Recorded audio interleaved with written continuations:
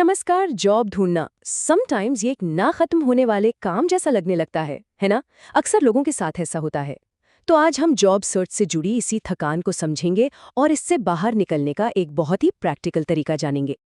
ये साइकिल कुछ जाना पहचाना सा लगता है ना? हैं? ढेरों रेज्यूमेज भेजना, फिर बेसब्री से इंतजार करना, और फिर कुछ भी नहीं, बस खामोशी।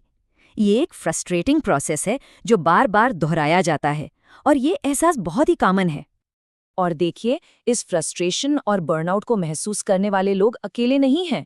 आज का जो कॉम्पिटिटिव जॉब मार्केट है ना, उसमें ये एक बहुत बहुत ही आम एक्सपीरियंस बन गया है। तो आते हैं हमारे पहले सेक्शन पर, समस्या आवेदन का चक्र। सवाल यह है कि आखिर ये साइकिल बनता कैसे है। चलिए पहले ये समझते हैं कि जॉब ढूंढने के जो ट्रेडिशनल तरीके हैं उनमें असल में गड़बड़ कहाँ है। देखिए, पारंपरिक सोच तो यही कहती है कि भाई जितने ज्यादा एप्लीकेशंस उतने ज्यादा मौके, है ना। मतलब ज्यादा से ज्यादा जगहों पर अप्लाई करो, कहीं ना कहीं से तो कॉल आ ही जाएगा। ये पूरा मामला एक नंबर्स गेम जैसा लगता है। पर सवाल ये है कि क्या ये तरीका वाकई में काम करता है, या ये सिर्फ हमारी एनर्जी और टाइम बर्बाद कर रहा है। और यहीं से शुरू होता है वो बर्नआउट लूप, एक ऐसा नेगेटिव साइकिल। होता क्या है, पहले दर्जनों नौकरियों के लिए एक साथ अप्लाई किया जाता है, फिर या तो रिजेक्शंस मिलते हैं या कोई जवाब ही नहीं आता। इससे क्या होता है, मोटिवेशन और कॉन्फिडेंस दोनों गिरने लगते हैं, और आखिर में उसी प्रोसेस को और भी कम एनर्जी के साथ फिर से दोहराया जाता है। ये एक ऐसा जाल है जिसमें बहुत से लोग अनजाने में फंस जाते हैं। तो अब आते हैं हमारे दूसरे सेक्शन पर, समाधान, करियर हैक का खुलासा।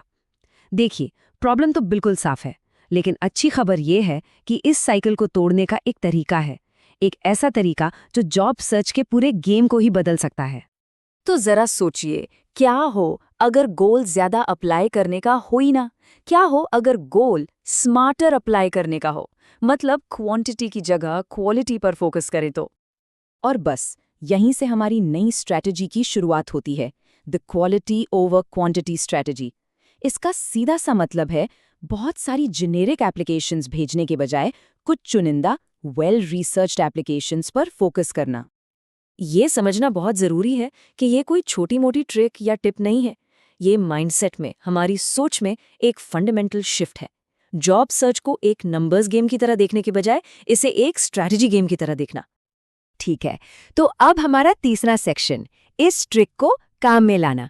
ये स्ट्रैटेजी सुनने में तो बहुत अच्छी लग रही है ना, लेकिन इसे असलियत में प्रैक्टिकली लागू कैसे किया जाए। चलिए इसके स्टेप्स को एक एक करके समझते हैं। पुराना तरीका वो क्वांटिटी पर फोकस करता है, एक ही जेनेरिक रेज्यूमे सब जगह भेज दिया। ये एक रिएक्टिव अप्रोच है, मतलब जॉब एड देखा और अप्लाई कर दिया। वही नया तरीका क्वालिटी फोकस्ड है, इसमें हर एप्लीकेशन को टेलर किया जाता है। और ये प्रोएक्टिव है, मतलब सिर्फ एड का इंतजार नहीं करना, बल्कि खुद अपॉर्चुनिटीज बनानी है। तो ये नई प्रोसेस आखिर दिखती कैसी है। स्टेप 1, कुछ आइडियल रोल्स या कंपनीज को टारगेट करें जिनमें सच में इंटरेस्ट हो।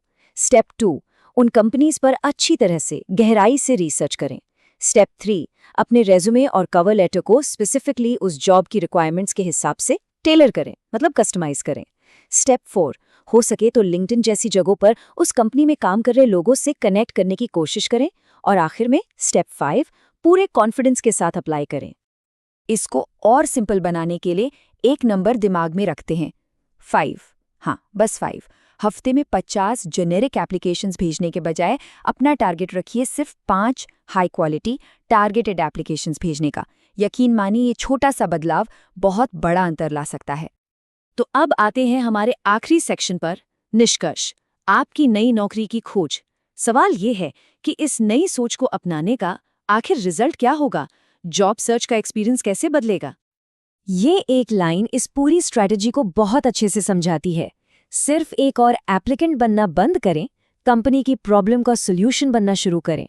सोचिए, जब इस माइंडसेट से अप्लाई किया जाता है तो कोई सिर्फ एक कैंडिडेट नहीं रहता, वो एक प्रॉब्लम सॉल्वर बन जाता है जो कंपनी की किसी खास जरूरत को पूरा कर सकता है। और इसके फायदे बिल्कुल सीधे और साफ हैं। रिस्पॉन्स रेट्स बढ़ जाएंगे, जो इंटरव्यूज होंगे वो ज़्यादा मीनिंगफुल होंगे, और सबसे ज़रूरी बात, बर्नआउट और एंग्जाइटी में कमी आएगी। इससे प्रोफेशनल कॉन्फिडेंस में जो बूस्ट मिलेगा वो अपने आप में एक बहुत बड़ी जीत है। तो अब सवाल ये है कि क्या इस पुराने थका देने वाले साइकिल को तोड़ने और करियर का कंट्रोल अपने हाथों में लेने का समय आ गया है? ये एक छोटा सा शिफ्ट है, पर इसका इम्पैक्ट बहुत बड़ा हो सकता है।